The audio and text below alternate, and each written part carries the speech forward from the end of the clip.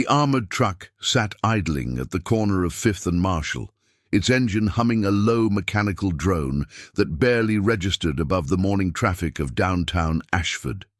It was October, and the air carried that particular crispness that made the city feel both alive and vulnerable. Inside the truck, 2 guards went through their routine with the practiced efficiency of men who had done this 1,000 times before. They did not know they were being watched. They did not know that in less than 7 minutes, their ordinary Tuesday would become the opening scene of a crime that would captivate the entire nation. The year was 1992, and Ashford was a city caught between 2 versions of itself. The old industrial heart that had built ships and steel for generations was slowly giving way to glass towers and investment firms. In the spaces between these 2 worlds, opportunities emerged for those willing to see them. Some built businesses, others built plans of a different kind entirely. The robbery itself unfolded with a precision that law enforcement would later describe as choreographed. At exactly 8:43 in the morning, as the guards prepared to make their delivery to the Merchants Federal Bank, a figure approached from the west, wearing a long coat despite the mild weather. Witnesses would later struggle to describe this person with any consistency. Some said tall, others said average height. Some remembered dark hair, others recalled a cap that concealed most features.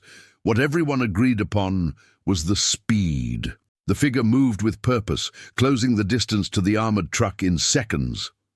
What happened next lasted less than 4 minutes, but would be dissected and analyzed for months to come. The figure produced what appeared to be documentation, something official-looking that caused the guard nearest the door to pause rather than immediately raise an alarm. In that moment of hesitation, everything changed. Without violence, without shots fired, without even raised voices that anyone could recall, the situation shifted entirely. By the time nearby pedestrians realized something unusual was occurring, the armored truck's rear door stood open, and 2 heavy bags were being transferred to a waiting vehicle with remarkable efficiency. The getaway car was a dark sedan, unremarkable in every way except for how quickly it vanished into the morning traffic. By the time police arrived at the scene, 4 minutes after the silent alarm was triggered, both the vehicle and its driver had dissolved into the city like smoke. The guards, shaken but unharmed, could provide surprisingly few concrete details. They had been deceived, certainly, but the method remained frustratingly unclear. No weapons had been visible, no threats had been explicit. Yet somehow, nearly $700,000 had been extracted from one of the most secure vehicles in the city. The investigation that followed moved with typical bureaucratic momentum at first.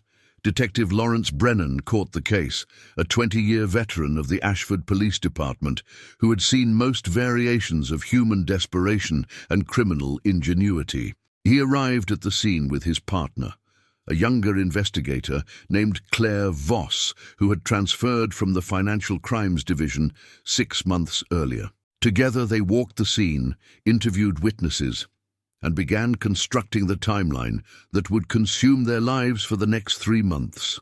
What struck Brennan immediately was the absence of violence. In his experience, armored truck robberies fell into predictable categories. Most were crimes of opportunity, poorly planned and quickly resolved. Others were inside jobs, elaborate but ultimately traceable through financial records and relationships. This felt different. The planning was evident, but the execution suggested something beyond mere theft. There was an almost theatrical quality to how the crime had unfolded, as if the money itself was secondary to the act of taking it. The days following the robbery brought the usual flood of tips and theories. Anonymous callers reported suspicious neighbors. Informants offered names in exchange for consideration on their own pending cases. None of it led anywhere substantial. The sedan had been found abandoned in a parking structure downtown, wiped clean of prints and stripped of anything identifying. The bags used to carry the money were generic, available at a dozen stores throughout the city. Security footage from nearby buildings showed the approach and escape, But the figure's face remained obscured at every angle, as if they had mapped the camera positions in advance and moved through the blind spots with practiced ease. 3 weeks into the investigation, Brennan and Voss began to suspect they were dealing with someone who had studied not just this particular target, but the entire ecosystem of how such crimes were investigated and solved. The robbery had been designed to leave precisely the amount of evidence necessary to confirm it had happened, while providing almost nothing that could lead back to the perpetrator. It was, in its own way, a perfect crime. Almost. The break came from an unexpected direction. A bank teller named Margaret Hollis contacted the police with information that seemed tangential at first, but gradually revealed itself as crucial. She had noticed something unusual in the weeks leading up to the robbery. A customer had come in repeatedly, always during the busiest times, always conducting small transactions that required minimal interaction. But this customer had lingered, observing, taking in details that most people never noticed. The angle of security cameras, the timing of armored truck deliveries, the routines of the guards. Margaret had not thought much of it at the time. The customer had been polite, unremarkable in appearance and manner. But after the robbery, a detail nagged at her memory. The customer had once made a comment about the armored trucks, something casual about how precise their schedules were. At the time, it had seemed like small talk. Now it felt like reconnaissance. Working with Margaret, a police sketch artist created a composite that was distributed throughout Ashford and the surrounding regions. The image showed a person in their 30s, with features that could belong to almost anyone. It was frustratingly generic, but it was more than they had before. The sketch was released to local news outlets, and within hours, the tips began flowing in again. Most led nowhere. But one call, received on a Thursday afternoon in late November, changed everything.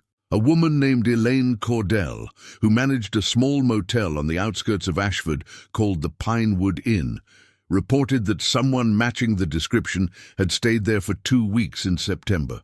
The guest had paid cash, kept irregular hours, and left behind almost nothing personal. But Elaine remembered them because of a particular conversation they had shared one evening when business was slow. The guest had been looking at old photographs displayed in the motel office, images of Ashford from decades past.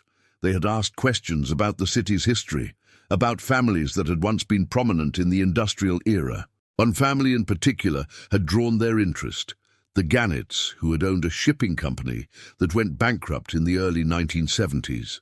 The guest had asked if Elaine knew what had happened to them, where they had gone after the business collapsed.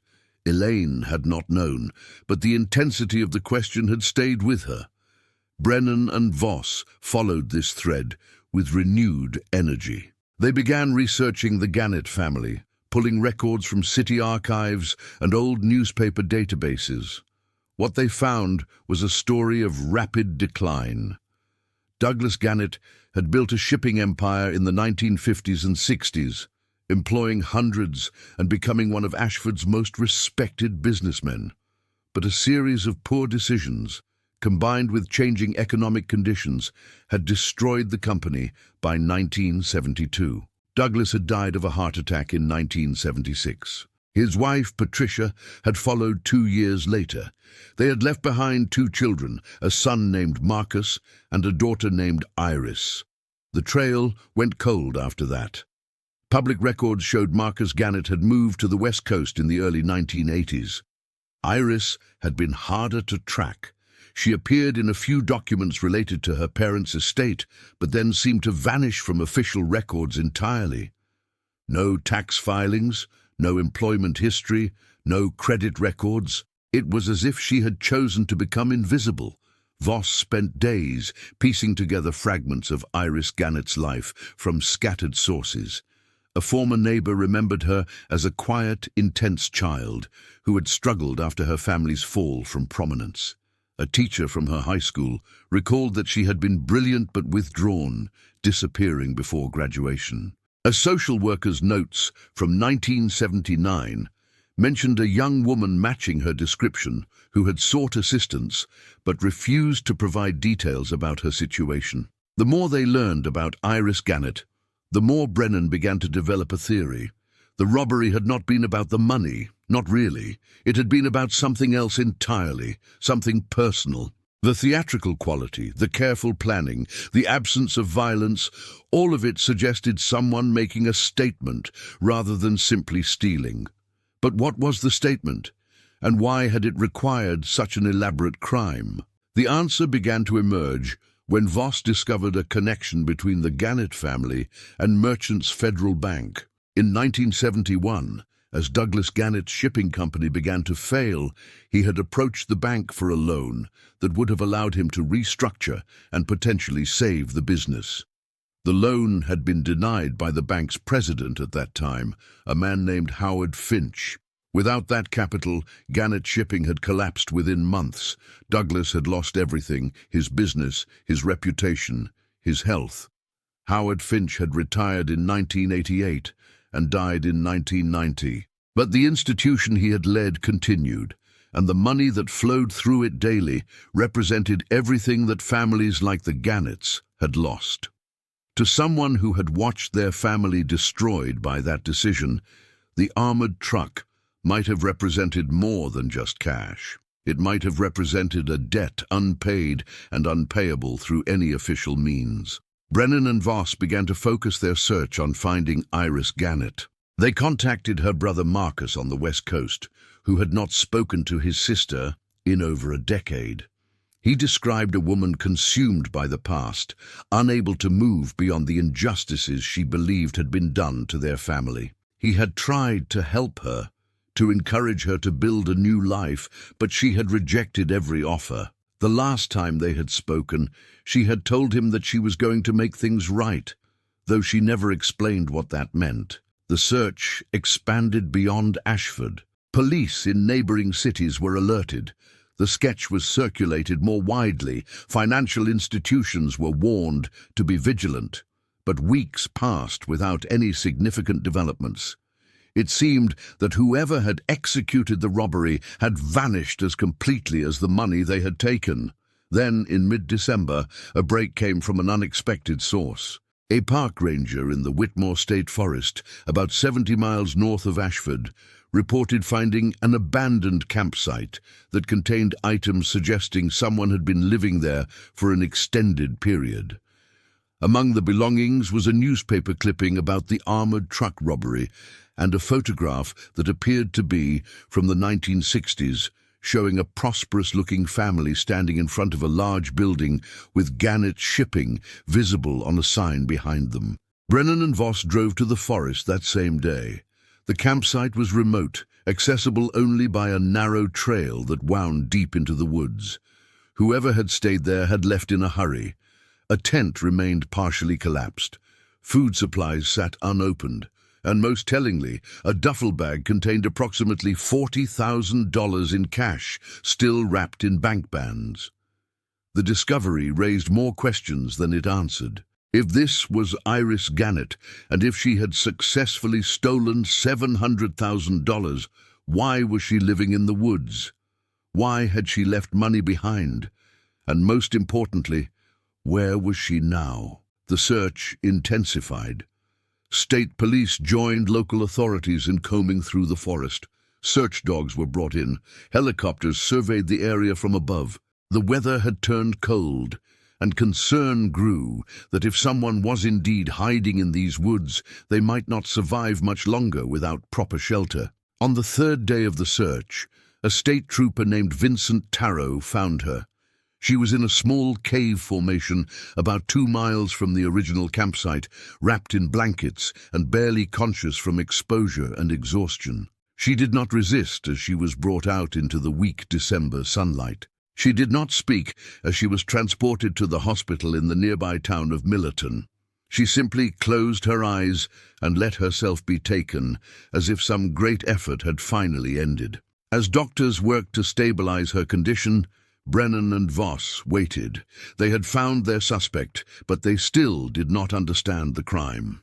The money meant nothing to her, that much was clear.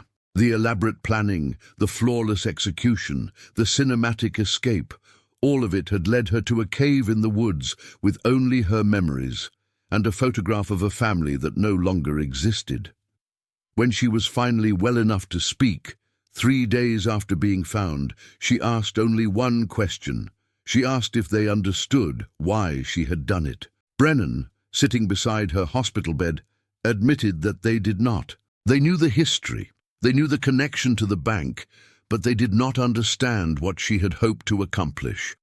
Iris Gannett looked at him with eyes that held decades of grief and anger, and she began to tell a story that would reshape everything they thought they knew about the robbery and the woman who had committed it. She spoke slowly at first, her voice hoarse from the cold and the days of silence in the cave. Brennan leaned forward in the hospital chair, his notebook open but forgotten in his lap. Voss stood by the window, her arms crossed, listening with an intensity that made her forget to blink. Outside, the grey December afternoon pressed against the glass, and somewhere in the distance, the sounds of the hospital continued their mechanical rhythm. But in that room, there was only Iris Gannett, and the story she had carried alone for more than 20 years. The robbery, she explained, had never been about revenge, not in the way they imagined. It had not been about punishing the bank or recovering what her family had lost. Those were surface motivations, the kind that made sense in police reports and newspaper articles. The truth was more complicated, tangled up with grief and memory and a promise she had made to her father in the final weeks of his life. Douglas Gannett had died in a charity ward, his heart giving out after years of strain and shame. Iris had been 18 then, old enough to understand that the man lying in that narrow bed was not the same man who had once commanded respect throughout Ashford. The shipping empire was gone.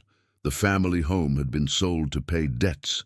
Her mother moved through the world like a ghost, already dying from the inside out. And her brother Marcus had chosen to look forward rather than back, a decision Iris could never quite forgive or fully understand. In those final days, her father had talked about the loan, the one that Howard Finch had denied. He had not been angry about it. Not anymore. The anger had burned away over the years, leaving only a profound sadness. He had explained to Iris that the denial had not been based on the numbers or the business prospects. Gannett Shipping could have been saved. The loan would have been repaid with interest. Finch had refused for a different reason entirely. There had been a dispute years earlier, something personal between Douglas Gannett and Howard Finch that had nothing to do with business. A matter of pride, of social standing, of egos colliding at some long-forgotten function. The details hardly mattered anymore, but the consequence had been total. When Douglas came asking for help, Finch had seen an opportunity to settle an old score, to demonstrate power in the most devastating way possible. He had smiled when he delivered the rejection, Douglas told his daughter. He had actually smiled. Her father made her promise something before he died. Not revenge, he had been clear about that. Revenge would only continue the cycle, would make her like the men who had destroyed him. But he asked her to bear witness, to never let the world forget that his family had existed, had mattered, had been worth more than the cruelty of small men with large power. "Promise me you will remember," he had said. "Promise me you will make them see what they took from us." Iris had carried that promise like a stone in her chest for nearly 2 decades. She had tried to build a normal life, had worked menial jobs, and moved from place to place, always feeling displaced, never quite connecting to the present because the past held her so tightly. She watched as Ashford transformed, as the old industrial bones of the city were covered over with glass and steel, as new money flowed where old families had once stood. The Gannett name faded from memory, became a footnote in the city's history, if it was remembered at all. She had returned to Ashford in the summer of 1992 with no clear plan, only a need to see the places that haunted her dreams. She walked past the building where Gannett Shipping had once operated, now converted into upscale apartments. She stood outside the old family home, watching strangers live lives untouched by the ghosts that occupied every room in her memory. And she found herself drawn repeatedly to Merchants Federal Bank, the institution that bore the name but had long since absorbed the history of the smaller bank where Howard Finch had made his devastating decision. The idea came gradually, not in a single moment of inspiration, but through weeks of observation and planning. She began to understand the patterns, the routines, the small vulnerabilities that existed in systems designed to appear impenetrable. The armored trucks arrived with mechanical precision. The guards followed procedures that had become so routine they no longer truly saw what they were doing. And Iris realized that she could take something from them, not for personal gain, but as an act of witness, a way to force the world to pay attention, to acknowledge that something had been lost that mattered. The planning took months. She studied everything, learning how investigations worked, how evidence was collected, what would lead police toward her, and what would lead them in circles. She became someone else during those months, not Iris Gannett with her history of pain, but a character in a story she was writing, someone capable and focused and unafraid. It was the first time since her father's death that she had felt truly alive. The robbery itself had unfolded exactly as she had designed it. The documentation she had shown the guards was a masterpiece of forgery, official-looking enough to create that crucial moment of hesitation. The transfer of the bags had been practiced until it became muscle memory. The escape route had been mapped and timed down to the second. And when it was done, when she was driving away with $700,000 in the back seat, she had felt something she had not expected to feel.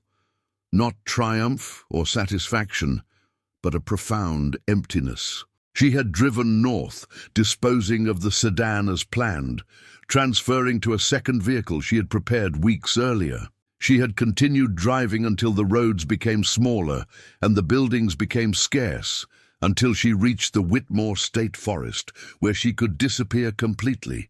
She had set up camp deep in the woods, far from trails and people, and she had waited for something she could not name. The money meant nothing to her. She had taken it because taking it proved something could be taken, because the act itself was a form of speech when words had failed for so long. But sitting in that forest with hundreds of thousands of dollars and nowhere to spend it, no life to return to, no family to rebuild, she had begun to understand the fundamental flaw in her plan. She had made them see, had forced her story into the news and the public consciousness. But she remained invisible, a description without a face, a theory without proof. The witness had no one to witness her. Days became weeks. She listened to news reports on a small radio, hearing her crime discussed and analyzed, hearing the speculation about motives and suspects. She heard about Detective Brennan and his partner Voss, about their investigation, about Margaret Hollis and Elaine Cordell and all the people who had provided pieces of the puzzle. And she understood that the story was unfolding exactly as she had designed it, leading them step by step toward the truth she wanted them to find.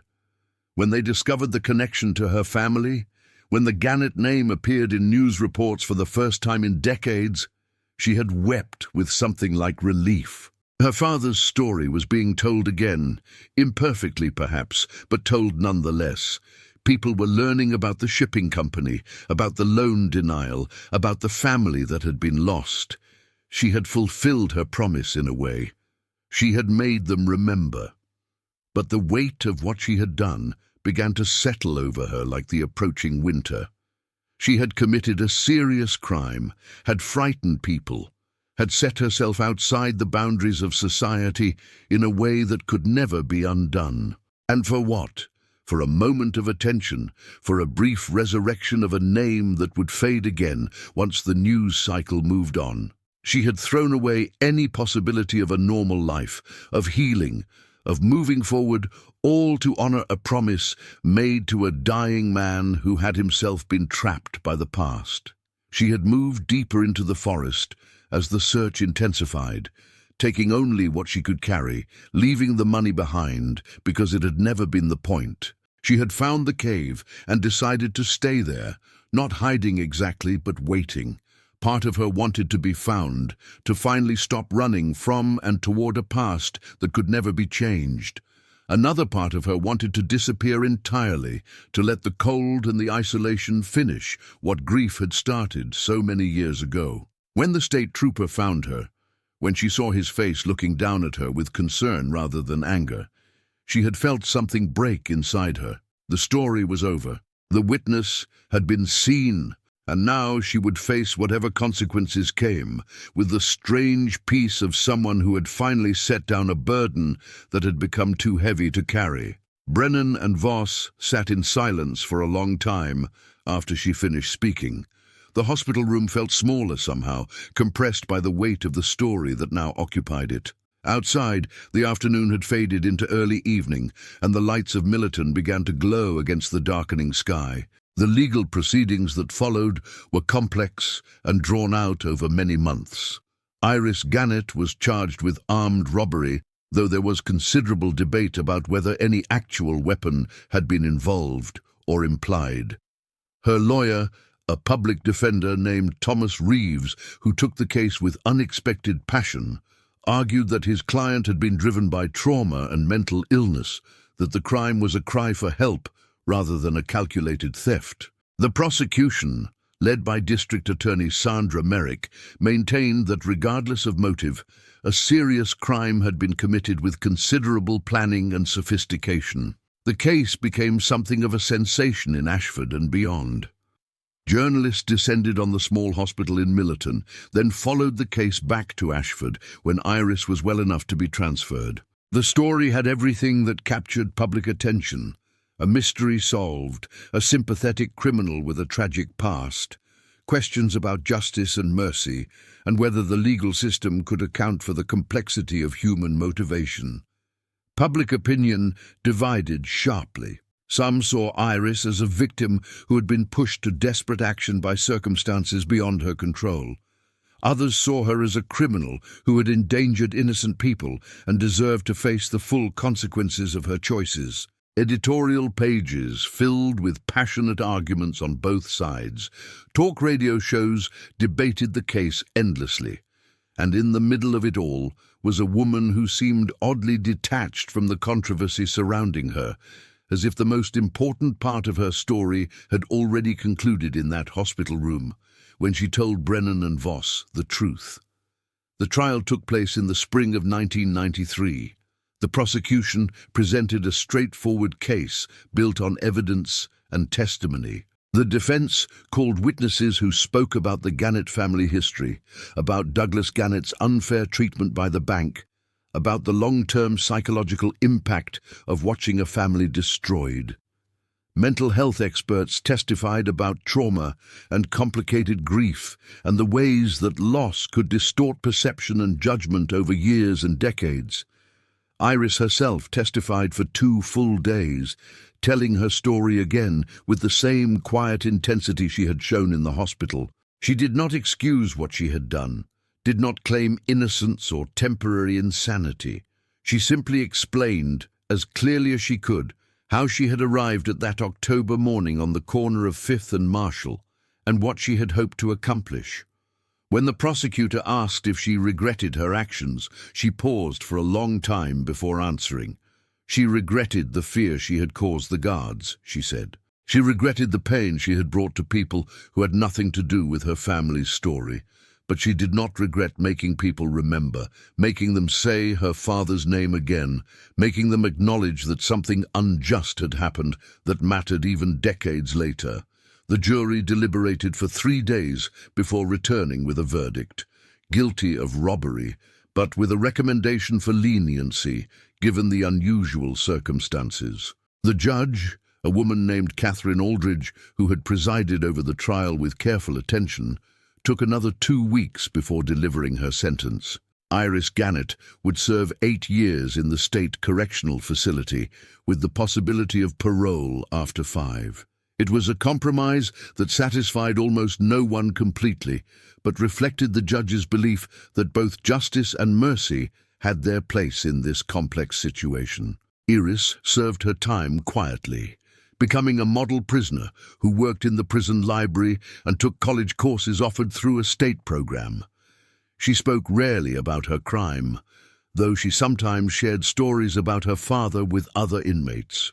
Stories that painted him, as he had been before the fall, as a man of principle and kindness who had been broken by forces larger than himself. She received few visitors. Her brother Marcus came once, a tense and sad reunion that left both of them uncertain whether reconciliation was possible or even meaningful after so much time and distance. Detective Brennan retired in 1995, 2 years after the trial concluded. He had solved the case that had consumed the final years of his career, but he never felt entirely settled about it. He understood Iris Gannett's motivations intellectually, could trace the path from her father's deathbed to that cave in Whitmore State Forest, but emotionally it remained troubling. He had spent his career believing in clear categories, in perpetrators and victims, in justice as something that could be measured and delivered.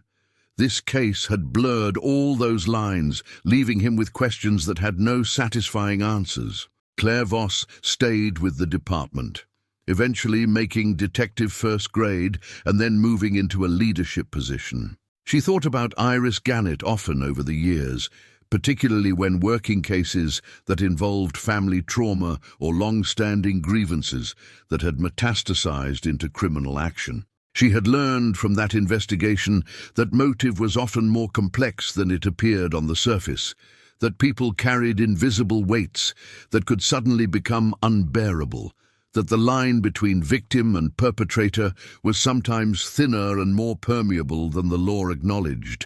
Iris was released on parole in 1998 after serving 5 years. She returned to a world that had moved on from her story, that no longer remembered the robbery or the trial with any clarity. She found work at a community center in a small town called Riverside, about 40 miles from Ashford, helping coordinate programs for at-risk youth.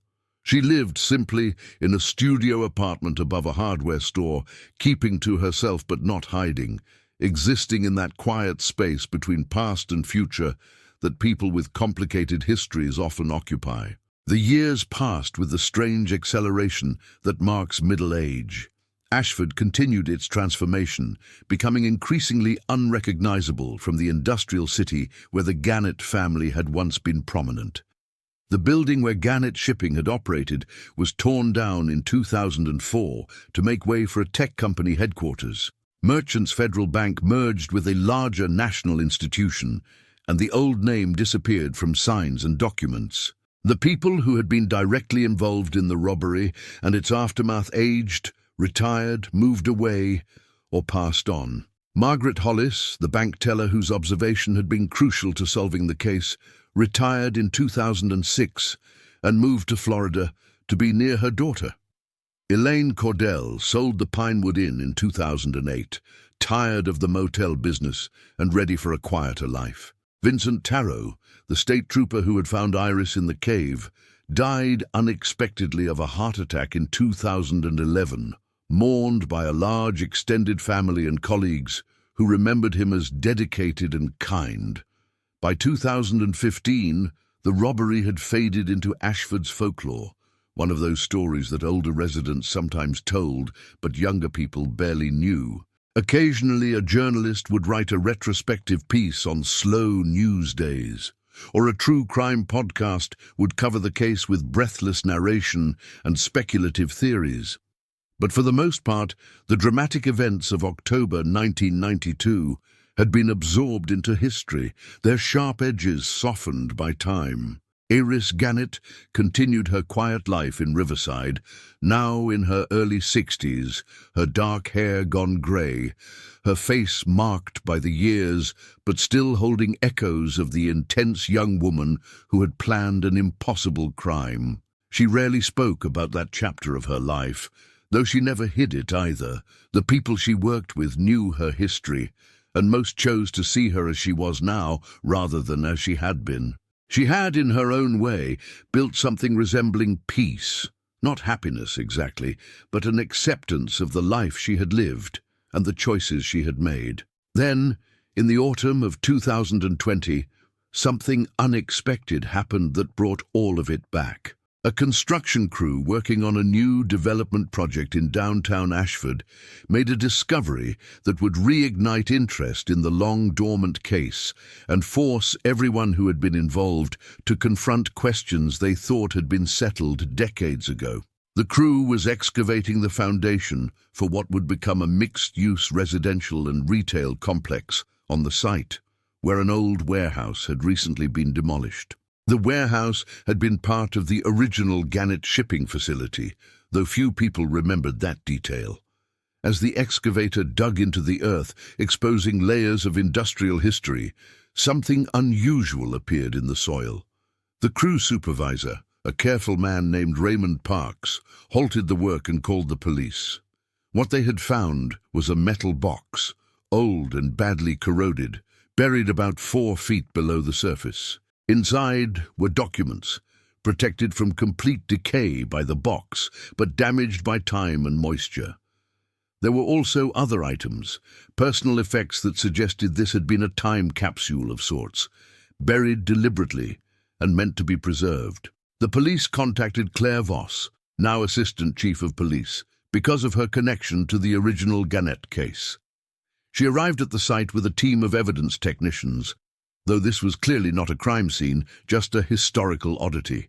But as they carefully extracted and examined the contents of the box, a detail emerged that changed everything. Among the water-damaged documents was a letter written in fading ink on paper that had been expensive once.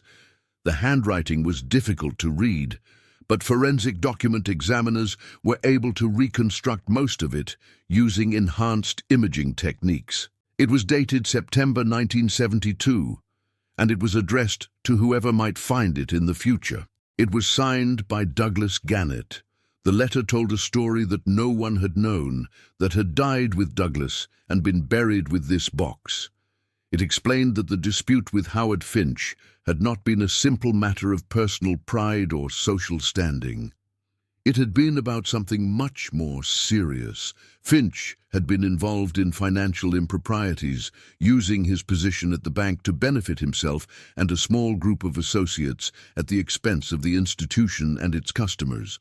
Douglas had discovered evidence of this wrongdoing and had confronted Finch privately, offering him a chance to make things right before going public. Finch had responded by systematically destroying Douglas Gannet, denying the loan that would have saved the shipping company, spreading rumors about Douglas's business acumen and personal character, and using his influence to ensure that no other financial institution in the region would extend credit to Gannet Shipping.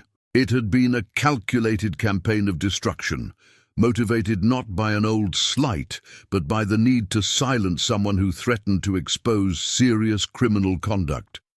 The letter included references to documents that Douglas claimed to have hidden, evidence of Finch's crimes that he had intended to release if his family was destroyed. But the location of those documents was vague, described only as somewhere safe where the truth could not be buried entirely. Douglas had written the letter in the final days before his company's bankruptcy became final, when he still harbored some hope that the truth would matter, that justice might prevail. He had buried it on the grounds of his former business, perhaps believing that someday, somehow, it would be found, and his story would be properly understood. The discovery created an immediate media sensation, not just in Ashford, but nationally. The robbery case from 1992 was resurrected in countless articles and broadcasts, but now with a new dimension. Iris Gannet had been right. Her father had been the victim of something far worse than business misfortune. He had been deliberately destroyed by a corrupt banker who had then escaped any consequences, dying wealthy and respected while the Gannet family disintegrated. Historians and investigators began digging into Howard Finch's records, looking for evidence to corroborate what the letter claimed. It was difficult work, decades removed from the events and with many of the principals long dead. But gradually, a picture emerged that supported Douglas Gannett's accusations. Financial records that had seemed unremarkable at the time began to show patterns of impropriety when examined with the letter's allegations in mind. Testimony from retired bank employees, given new context, revealed suspicious practices and questioned decisions. And while nothing could be definitively proven to the standard of a criminal trial, the weight of evidence suggested that Douglas Gannett had been telling the truth. The implications were staggering, not just for understanding the past, but for reassessing everything that had followed. If Douglas had been the victim of criminal conspiracy, then what did that mean for how Iris's actions should be judged? The legal verdict could not be changed. She had been convicted and had served her time. But the moral judgment, the question of whether what she had done was comprehensible or even in some way justified, suddenly looked very different. Claire Voss, reading the letter in her office late one evening, felt something shift inside her. She had always understood Iris Gannett's motivations, intellectually, had even felt some sympathy for the woman. But this new information transformed that sympathy into something deeper, a recognition that Iris had been carrying a truth that everyone else had dismissed as the delusions of grief. Her father had not been a failed businessman undone by his own poor decisions. He had been murdered, not with a weapon, but with institutional power wielded deliberately and ruthlessly. And Iris had known, had felt it even without proof, and had spent her life trying to make others see what she saw. Voss decided to drive to Riverside. She had not seen or spoken to Iris Gannett in over 20 years, had no idea what she might say or what response she might receive. But the discovery of the letter demanded some kind of acknowledgement, some gesture that recognized how the ground had shifted beneath all their old assumptions. She found Iris in the community center garden, tending to raised beds where vegetables grew in neat rows. The older woman looked up as Voss approached, and recognition flickered across her face, followed by something more complex, a mixture of emotions that could not be easily named. They talked for a long time that afternoon, sitting on a bench as the autumn sun moved across the sky and the sounds of children playing drifted from the center's playground.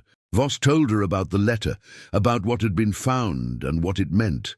Iris listened with an expression that might have been vindication or might have been sadness, or perhaps both at once. When Voss finished, Iris was quiet for several moments before speaking. She said she had always known there was more to the story than what appeared in the official records, that her father had tried to tell her something in those final days, but had been too weak, too defeated to explain it all. She had carried that sense of unfinished truth with her through everything that followed, through the planning and execution of the robbery, through the trial and imprisonment, through all the years after. And now, decades later, the truth had surfaced on its own, without her intervention, proving that some things could not be buried forever, no matter how deep they were hidden or how long they were forgotten. She did not seem triumphant, or even particularly relieved. If anything, she seemed tired, as if the revelation had come too late to change anything that mattered.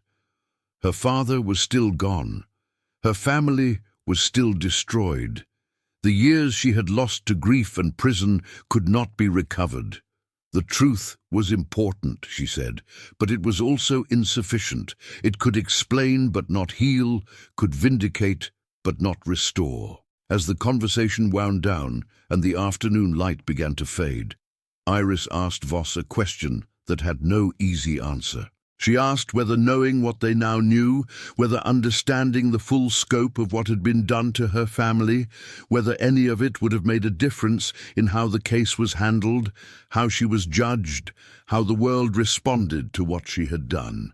Voss considered the question carefully before admitting that she did not know.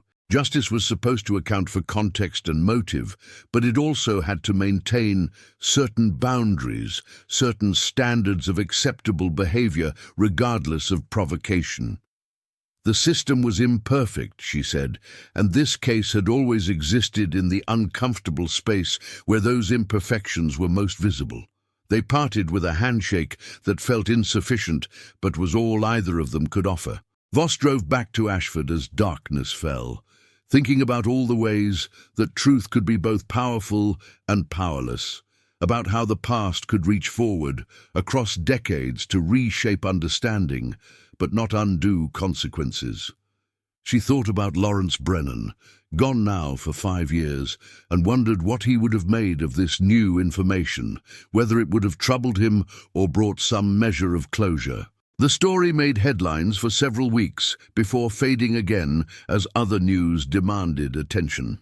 There were calls for some kind of official recognition of the injustice done to Douglas Gannett, perhaps a formal apology from the bank that had absorbed Merchants Federal, or a historical marker acknowledging what had happened.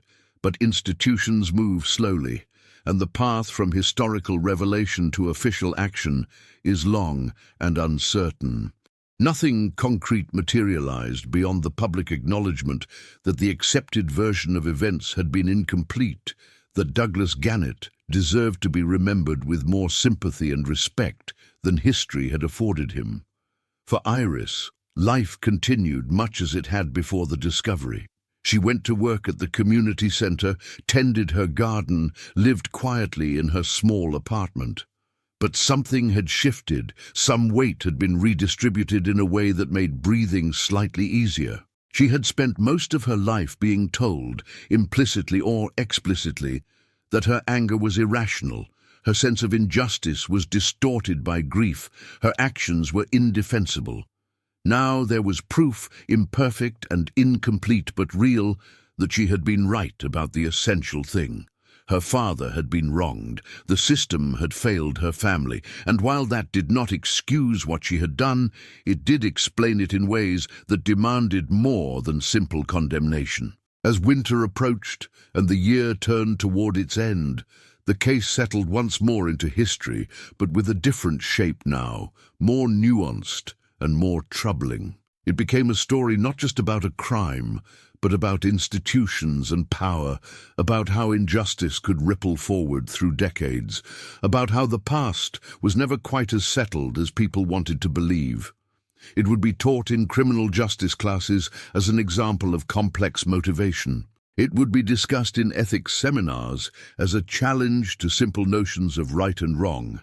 And somewhere in the archives of Ashford, filed alongside investigation reports and trial transcripts, a water-damaged letter would remain, testament to a truth that had waited nearly 50 years to be seen. The months following the discovery of Douglas Gannett's letter brought changes that rippled through Ashford and beyond, in ways both visible and invisible. The City Council, after considerable debate and public pressure, voted to install a memorial plaque on the site where Gannett's shipping had once stood. It was a small gesture, bronze text on polished granite, but it acknowledged what had been lost and what had been done. The dedication ceremony took place on a grey morning in March, attended by a modest crowd of curious onlookers, local historians, and a handful of people old enough to remember when the Gannett name had meant something in this city. Iris stood at the back of the gathered crowd, having driven down from Riverside at the invitation of the Historical Society. She had not planned to attend, had in fact declined the initial invitation, but something had changed her mind in the days leading up to the ceremony. Perhaps it was the need to see this tangible acknowledgement, to stand in the physical space where her father's work and dreams had existed before everything collapsed. Or perhaps it was simply that after all these years of invisibility and silence, being present for this moment felt like completing something that had begun on a hospital bed in Millerton when she first told her story to 2 detectives who were trying to understand why she had thrown her life away for $700,000 she never intended to keep.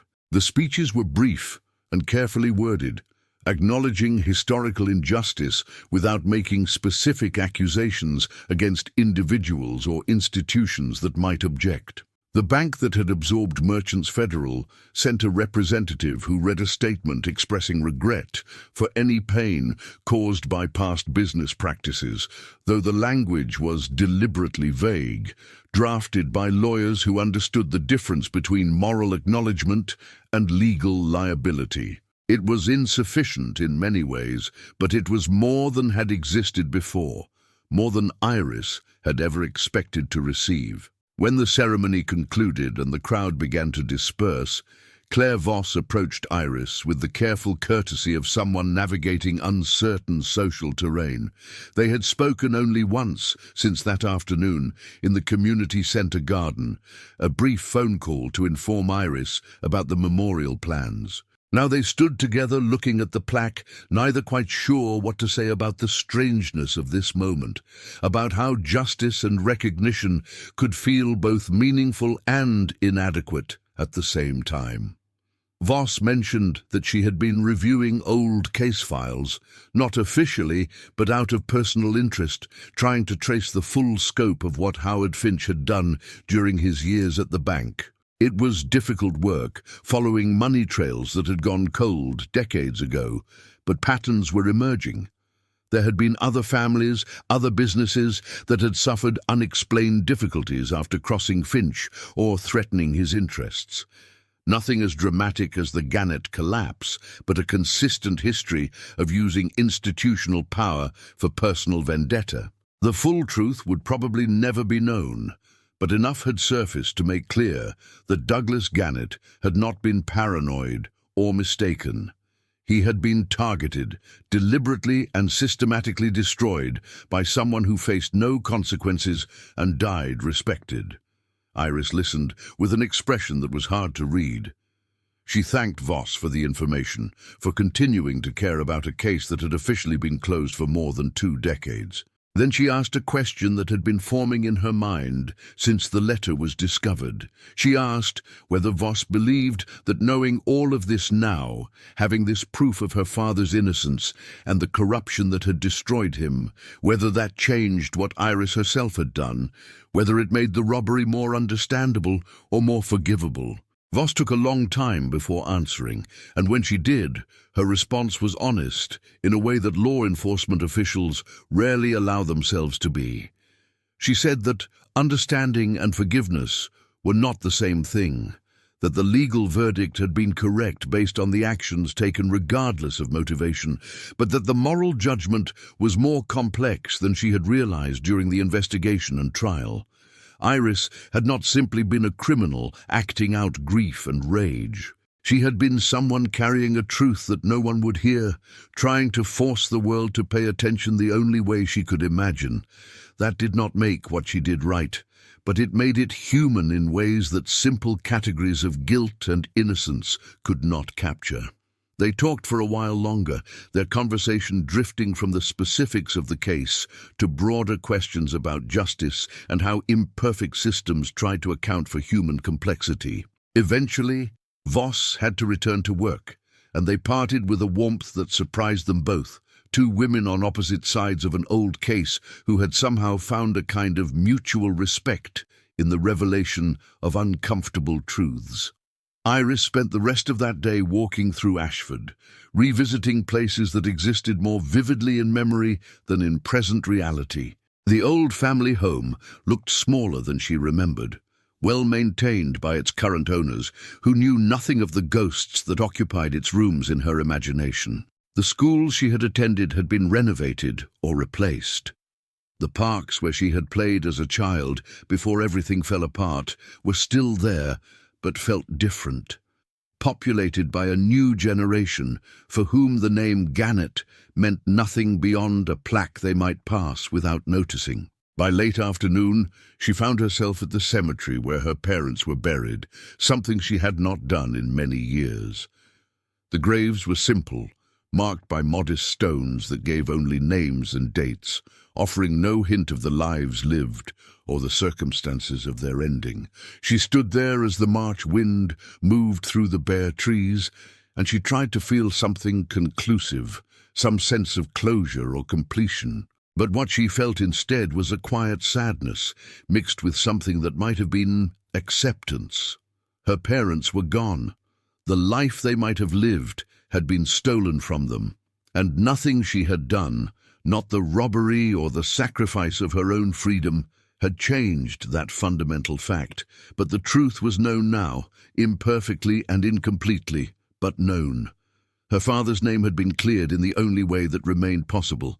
It was something, even if it was not everything. She left flowers on both graves, an impulse rather than a planned gesture, and drove back to Riverside as evening approached. The small apartment above the hardware store had never felt like home exactly, but it had become familiar. A place where she could exist without constantly explaining herself or defending her past. The work at the community center continued to provide structure and purpose, a way to be useful without having to be extraordinary. It was, she had come to understand, enough. Not the life she might have imagined as a young woman before everything went wrong, but a life nonetheless, with its own small satisfactions and quiet dignities. The following weeks brought a series of unexpected contacts from journalists and documentary filmmakers interested in telling her story now that the new information had emerged. Most she declined, having no interest in becoming a public figure or having her life examined in detail by strangers. But one request came from someone who approached the story differently, a writer named Sarah Chen, who had grown up in Ashford and remembered hearing vague stories about the Gannett family as a child.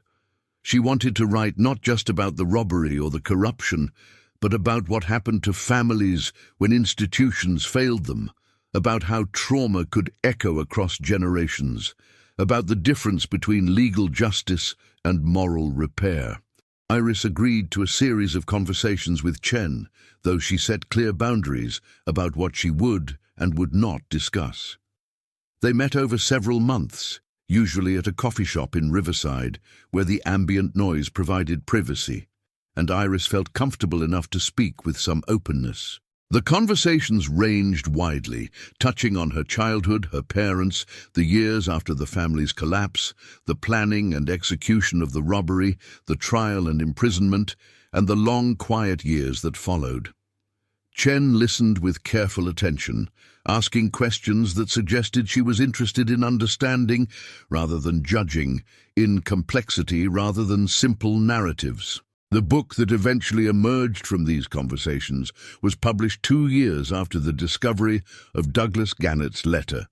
It was not a bestseller, but found a dedicated readership among people interested in true crime, approached with empathy and nuance, in stories about justice and its failures, in the long shadows cast by institutional power. Critics praised Chen's careful handling of a difficult subject, her refusal to either demonize or romanticize Iris Gannett, her ability to hold multiple truths simultaneously without collapsing into moral relativism. Iris read the book when it was published, a strange experience of seeing her life translated into narrative form, shaped and interpreted by someone else's understanding. Parts of it felt accurate, capturing things she had tried to explain but had never quite found words for. Other parts felt slightly off, not wrong exactly, but simplified in ways that the translation from lived experience to written story perhaps required. Overall, though, she felt that Chen had been fair, had tried to honor the complexity of what had happened without reducing it to easy lessons or clear morality. The publication brought another round of media attention, though briefer and less intense than before. Iris did a handful of carefully selected interviews, speaking primarily about the impact of institutional corruption on families and communities, trying to redirect attention away from herself and toward the broader issues her story illustrated. She was careful never to excuse what she had done, always acknowledging that the robbery had been a crime that hurt innocent people and violated laws that existed for good reasons. But she also spoke about the desperation of being unheard, about how people with no power and no platform sometimes made terrible choices, trying to force the world to pay attention to truths that mattered. Marcus Gannett, her brother, read the book in his home on the West Coast and felt a complicated mixture of emotions he could not easily name. He had built a good life for himself, deliberately distancing from the family tragedy, creating a new identity unconnected to the Gannett name and its painful history. The book forced him to confront things he had spent decades avoiding, to acknowledge that his choice to move forward had meant leaving his sister behind to carry burdens he had refused to share. He called Iris for the first time in years, a difficult conversation that moved haltingly between anger and regret, and something that might eventually become forgiveness, though both of them understood it would take time and continued effort to rebuild any kind of relationship. They began to speak regularly after that, brief calls at first that gradually lengthened as they learned how to talk to each other across the distance of their different choices and different lives. Marcus shared stories about his children, Iris's niece and nephew, whom she had never met. Iris talked about her work with young people at the community center, about the satisfaction of helping kids who were struggling with their own family challenges. They did not discuss the robbery much, or the trial, or the years of separation. Those things existed between them like a landscape they both knew, but did not need to constantly map. What mattered was that they were speaking again, that the Gannett family had not completely ceased to exist, that some threads of connection could be maintained even after everything that had been broken. Claire Voss retired from the police department in the spring of 2023 after 31 years of service. Her career had been marked by steady competence and quiet leadership, but when people asked about her most memorable case, she always spoke about the armored truck robbery and the woman who had committed it. The case had taught her things about human motivation and the limits of justice that had shaped how she approached every investigation that followed. She had learned that understanding why someone did something terrible did not mean excusing it, but that understanding was still important, still necessary for any system that claimed to serve justice rather than simply punishment. At her retirement party, surrounded by colleagues and friends, someone asked her what she thought justice meant after all these years of trying to serve it. She thought about Iris Gannett, about Douglas Gannett, about Howard Finch and all the people whose lives had intersected in that October morning in 1992. She said that justice was not a single thing, but a collection of imperfect attempts to balance competing needs, to acknowledge harm while recognizing human complexity, to maintain social order while allowing space for mercy. It was never fully achieved, never complete, but the effort to pursue it mattered, even when the results fell short of what anyone hoped for. The memorial plaque remained in place, weather gradually softening its sharp edges, pigeons sometimes perching on its top surface.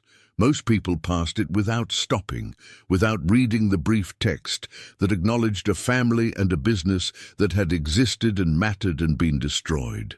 But occasionally someone would pause, would read the words and perhaps wonder about the fuller story behind them, about the human lives reduced to dates and sentences.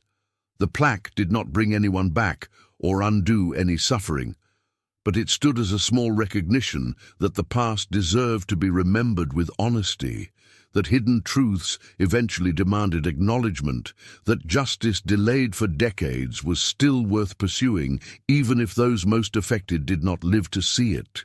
Iris continued her work at the community center, watching young people struggle with challenges she understood from the inside, offering what guidance she could without claiming to have answers she did not possess.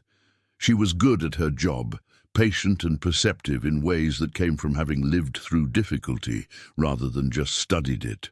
The kids she worked with knew bits and pieces of her story, enough to understand she had made serious mistakes and paid serious consequences, and that seemed to give her credibility with young people who were tired of being lectured by adults who claimed perfection.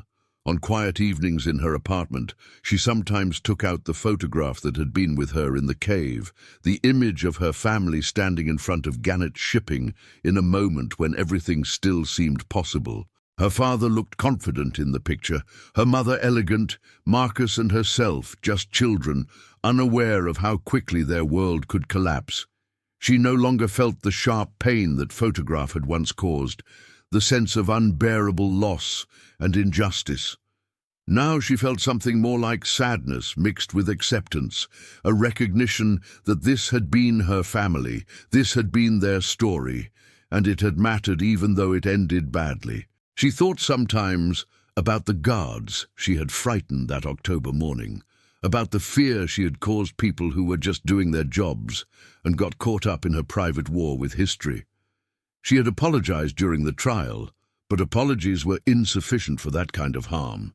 She hoped they had recovered, had not been too damaged by those few minutes of confusion and threat.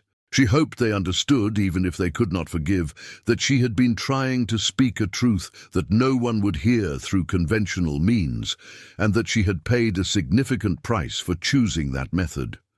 The money had never been recovered beyond the $40,000 found at the campsite. The rest remained missing, presumably hidden or destroyed or lost in ways that would never be fully explained. There was periodic speculation about what had happened to it, theories that Iris had accomplices or secret accounts, but these were fantasies that said more about those who spread them than about reality. The truth was simpler and less dramatic. The money had never been the point. Taking it had been a way to force attention, to create a crime significant enough that people would investigate and discover the story behind it. What happened to the money afterward was irrelevant to that purpose. Years continued to pass, as they do, with their accumulation of small changes that eventually became transformation. Ashford evolved further from its industrial past, becoming increasingly unrecognizable from the city where the Gannett family had once been prominent. The generation that remembered that era gradually gave way to people for whom it was just history, stories from a time before they existed. The robbery itself became one of those local legends that got told and retold with varying accuracy, the details shifting with each retelling until the real events were buried under layers of embellishment and speculation. Iris aged into her 70s, her hair fully white now, her movements slower but still steady. She cut back her hours at the community center but continued to volunteer, unable to fully step away from work that had given her life meaning and purpose. She remained in contact with Marcus, their relationship having evolved into something neither of them had expected, but both valued. A late-life reconciliation that proved family connections could be rebuilt even after decades of separation and pain. On the 30th anniversary of the robbery, a local newspaper ran a retrospective piece that interviewed some of the people involved in the original case. Claire Voss spoke about how the investigation had challenged her assumptions about crime and motivation. Thomas Reeves, Iris's former public defender, discussed the difficulty of defending someone who acknowledged guilt but deserved empathy. And Iris herself, in a brief written statement, reflected on how young she had been when she made the choice that defined the rest of her life, how differently she saw things now, how much she wished she had found another way to honor her father's memory and her promise to him. The article concluded with a question rather than an answer, asking readers to consider what they would do if faced with injustice that no official system would acknowledge or address, if the only way to make truth visible seemed to be through actions that crossed lines that should not be crossed. It was not meant to excuse what Iris Gannett had done, but to complicate easy judgments, to remind people that most moral questions were harder than they appeared from a distance, that understanding human behavior required grappling with contexts and pressures that simple condemnation ignored. The responses were varied, as such questions always generate. Some readers expressed sympathy for Iris and criticism of the systems that had failed her family. Others maintained that nothing justified robbery regardless of motive, that society required clear boundaries or chaos would follow. A few acknowledged that both perspectives held truth, that justice required both firm principles and room for mercy, that the tension between them was permanent and necessary rather than a problem to be solved. Late one autumn evening, as the light faded over Riverside and the temperature dropped toward winter, Iris sat in her apartment, looking at the same photograph that had sustained and haunted her for so many years. She thought about the promise she had made to her dying father, about the decades she had spent trying to fulfill it, about all the costs and consequences that had followed from that bedside commitment.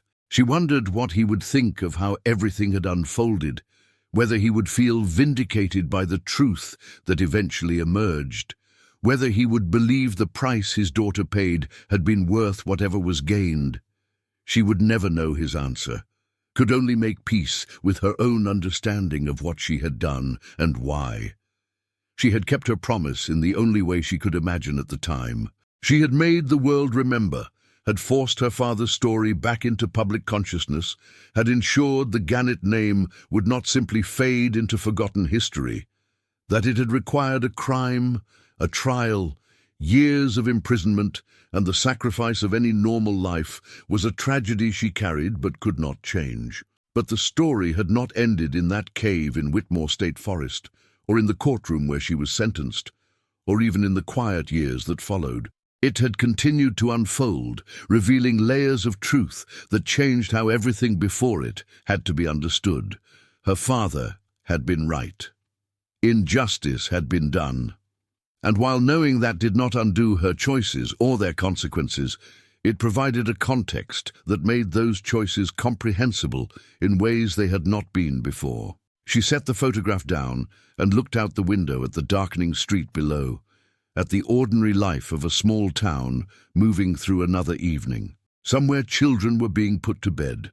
Somewhere couples were arguing or reconciling. Somewhere someone was making a decision that would echo through years they could not yet imagine. Life continued in all its messy complexity, beautiful and tragic and inexplicable by turns, demanding more from all of them than simple answers could provide. Iris Gannett had lived long enough to see her story transformed from simple crime to complex human tragedy, to see her father vindicated and her own actions reframed, if not forgiven. She had received something she never quite expected. Not redemption, exactly, but acknowledgement. The world had finally heard what she had been trying to say all along.